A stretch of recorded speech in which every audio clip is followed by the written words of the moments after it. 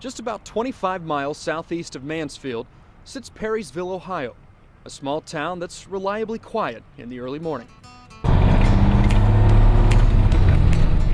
All except for the even more reliable sound of a delivery truck. And I'll get it squared up here.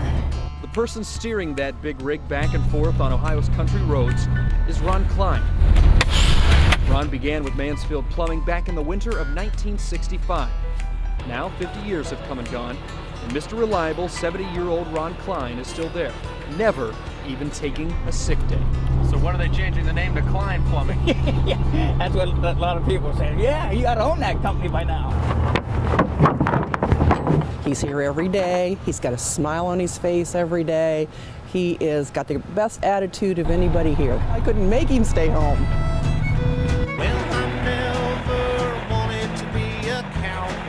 Ron spent a lot of these past 50 years working next to family.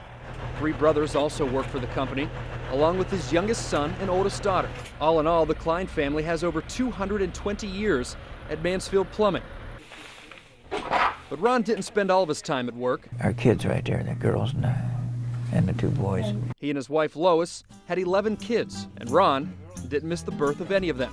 In fact, doing what he perhaps does best, Ron delivered the last 4. The last ones we had at home, and I delivered them. Well, Lois had a lot to do with that. But yeah. We thought, why go to the hospital? We're getting good at this. Now with 38 grandchildren, Ron continues to lead a busy life. Good one. Packed with birthdays, ball games, family functions, and of course, work. Each and every morning, as reliable as the sun, Ron climbs up in the cab and sets out on Ohio's open road. And retirement, I haven't even thought about it. well, that's for the birds. What would I do with him? No, I'm just teasing. But first tonight, breaking news along Lakeshore Boulevard in Eastlake. A house has exploded. We have pictures just in from the scene from Channel 3 videographer Shane Snider. Shane joins me now live on the phone from the scene. Shane, you were able to get pretty close to the house. Now tell us what you saw or heard. Hi, Ramona. Yes, I'm directly across the house right now. It's still on fire. Nothing left but basically lumber at this point. At 37845 Lakeshore, that's right on the border of Eastlake and Willoughby, where fire department says 2 people were rescued from the site. And Ramona, I have a special treat for you. I have the 2 gentlemen who actually went into the burning house and rescued the 2 individuals who were inside. Let me hand the phone over right now to Brian. Here he is. All right, Brian, this is Ramona Robinson. Can you hear me? Yes. Hello, how are you? I'm good. Thank you for taking the time to talk with me. I understand that you and your friend Mike are independent snowplow drivers, and you just happened to be in the area. How did you know someone was in that house?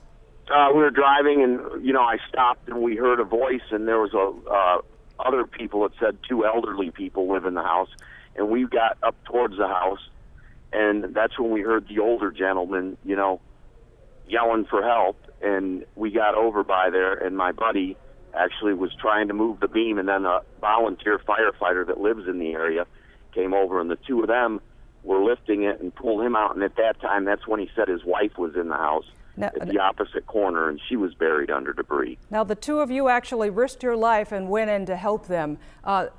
Correct. Gosh, in my mind, you're definitely heroes tonight. Can you tell us, without being graphic, what kind of condition they were in? Did they look like they were hurt pretty badly? Yes. Wow. Yes, they were both, had injuries, bleeding at their arm, on their leg. Where else, Mike? Head. Mm-hmm. And we saw the aftermath of the house there. There's actually, it seems, nothing left there. Did you hear? There's nothing, debris. Did you hear anything? We have some reports, neighbors are saying they heard a loud... There was an explosion that they felt 2 cities over, and there's a house probably 75 to 100 yards away, directly across the street, that the front windows are blown out of it, the porch railings, dismantled. I'm still amazed that you ran into a burning house to save the lives of 2 people. Brian, please give your partner Mike my best, and our thoughts and prayers are with that couple. How does it make you feel knowing that you possibly saved 2 lives tonight? makes me feel good and makes me hope that if something were to happen like that to my family, that there's people that would do that for me. All right, Brian. Thank you so much for taking the time. Of course, we're going to have much more on this story beginning at 5 a.m. Shane Snider, our videographer out there, who had a great vantage point because he got there really early. Thank you as well, Shane. All right, thank you. Now. It was the loudest thing I've ever heard in my entire life. And just the way the house shook, it shook like you were in an earthquake. It was a surreal sight, one Brian Green and Mike Fellenstein just happened to drive past while out plowing snow Wednesday night. We were driving eastbound on Lakeshore Boulevard, noticed some wires in the road. We stopped and then we seen the glowing, and we parked the truck, and some neighbors said that there were people in there, elderly people. A house completely engulfed in flames. But it was what they heard that these men will never forget. I heard an old voice. Once I heard the guy's voice, I just took off. That was, I knew there was somebody alive in there. Brian and Mike ran to the corner of the house where an elderly couple were trapped. And they ran into the fire. We were pulling beams off of the older man, and he was saying that his wife was in there, and he was telling us to hurry up and get him out because he was hot, because the flames were getting warm. Mike says he saw cuts and gashes on the elderly man, but he and his wife were taken out alive. They're just the nicest people in the whole world. Everybody in the neighborhood loves them. They're wonderful. They've had some health issues lately, and our thoughts are just right now with them. Neighbors stood vigilant and watched. So did Brian and Mike, whose quick moments of action might have made the difference between life and death. I would say I'd do it for anybody, and I would hope someone would do that for my family if I was in that situation. Oh, those guys are heroes. That was Maureen Kyle reporting. We just got this picture and of what the house looked like. Our photojournalist Shane Snider was there for the finals. My best accomplishment in the bench is 825 pounds. Right now, I have a world record in junior men at 631. I'm 6'3", 285 pounds.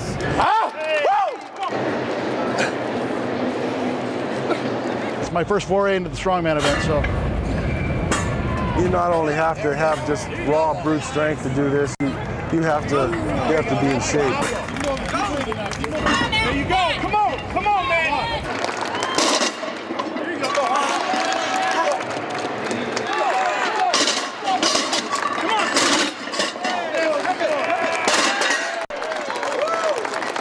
Speed is the biggest factor today, and I think I have more speed and quickness than the other big guys. So.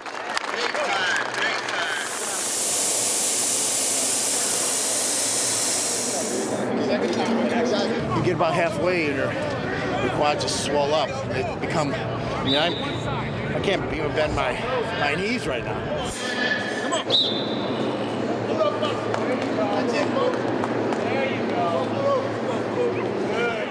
I wouldn't say it's the hardest thing I've ever done, but it's definitely difficult.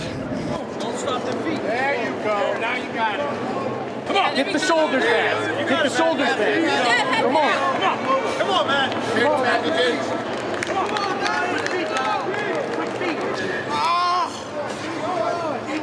I didn't feel too bad at the beginning. Because the end, you're just like, somebody shoot me, There went one pig. John Blasey and his incredible works of art are making their way from his Parma workshop to all parts of the country. While it's liquid, I run it through a curing chamber like this. John has invented and perfected a way to make what he calls dichrolam. It's glass that splits light into ever-changing colors and patterns. It's like a combination prism, hologram, and kaleidoscope. The change of the different angle of view is because of the line of sight distance going through those micro layers increases. And if I explain any further, your heads would explode. The glass can be used in works of art, like this stunning piece commissioned for a library near Youngstown. But most often, the glass is used as part of the design and architecture of buildings and public spaces. The bars here at Pickwick and Frolic in downtown Cleveland are some of the first and best examples of John's creativity. This is like a running river. If you see how this bar curves throughout Kevin's, it's very flowing, it's romantic, it moves just gently with your eye. John also designed the glass panels installed at the new Medina County Library. And I think it really does create a very dramatic effect through the building, as I said, as the course of the day when it changes color and reflects on different areas. And it cuts like that. Because John is the only person in the world making this glass, his formulas and methods are top secret. My invention is coming up with this cool textured effect, which no one else is doing. I have trade secret information on that. Blasey's creations adorn fancy buildings in New York, Atlanta, North Carolina, Tampa, Oklahoma City. His favorites are in children's hospitals. It's the perfect example of color therapy, and you've got pure color, not dulled by pigments, but it's actually saturated color effects because of the prism effect. And from his little Parma workshop, John Blasey may soon hit the biggest of the big time. He's in the running to create the glass for the new World Trade Center Freedom Tower in New York City. In Parma, I'm Dick Russ, Channel 3 News.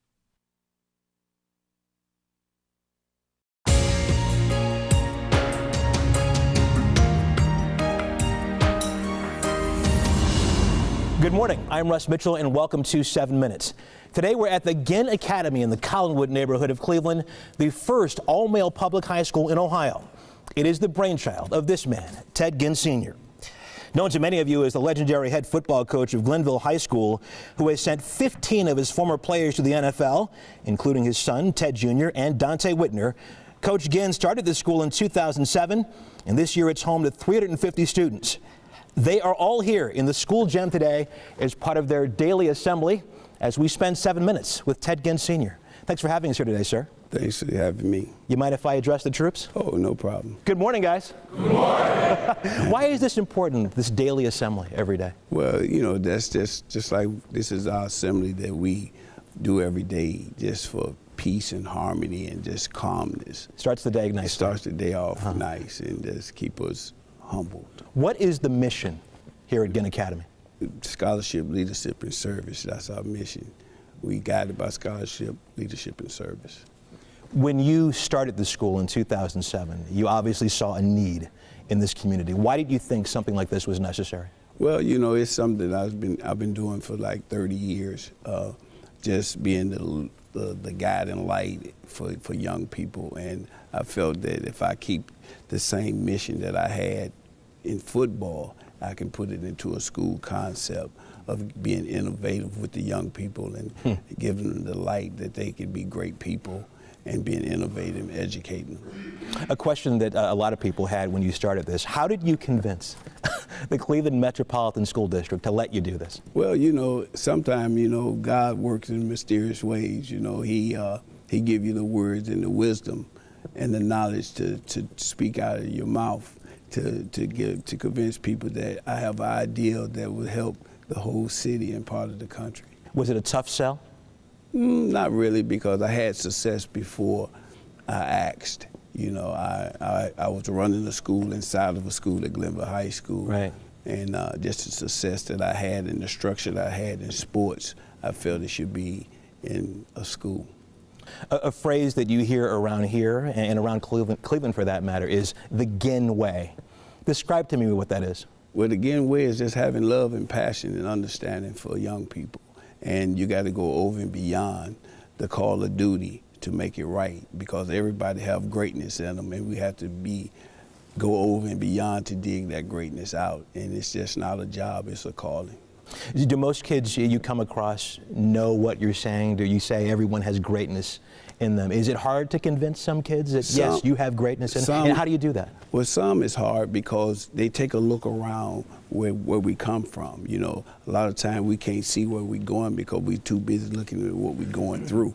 And it's tough sometimes to convince them, because you have to continue to be the example of hope for them, and that's the only thing that brightens their eyes when they see somebody that can convince them. And you know, you got to carry yourself in that way, and you know, when you have success, you know, they catch on. Let's go back a few years. You played at Glenville High School. When you were 19, your mom passed away. Right. And the coaches at Glenville High School decided they needed to keep you close. Right. You needed people around you. You were a volunteer on the football team. You eventually became a security guard at the school. Fast forward, you're head coach of the football team there. This mission to help kids who need help, where did that start?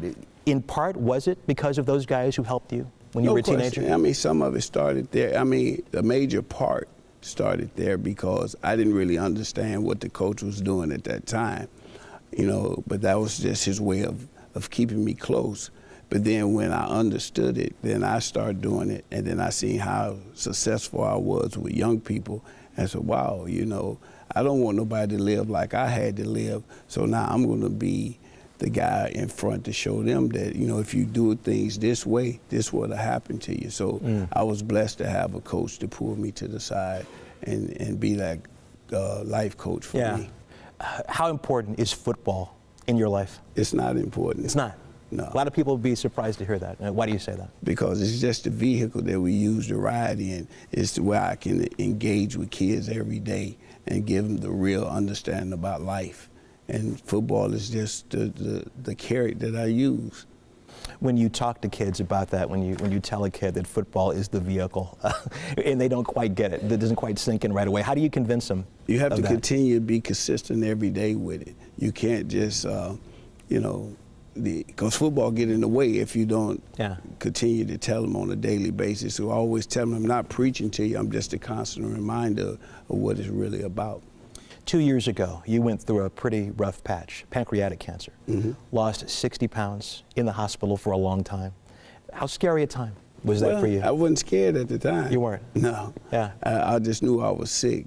I think I got scared after I found out what I was sick with. But now it turned me around, even gave me more power, more determination now, because you know you don't have time for foolishness. You have time to work and guide and direct.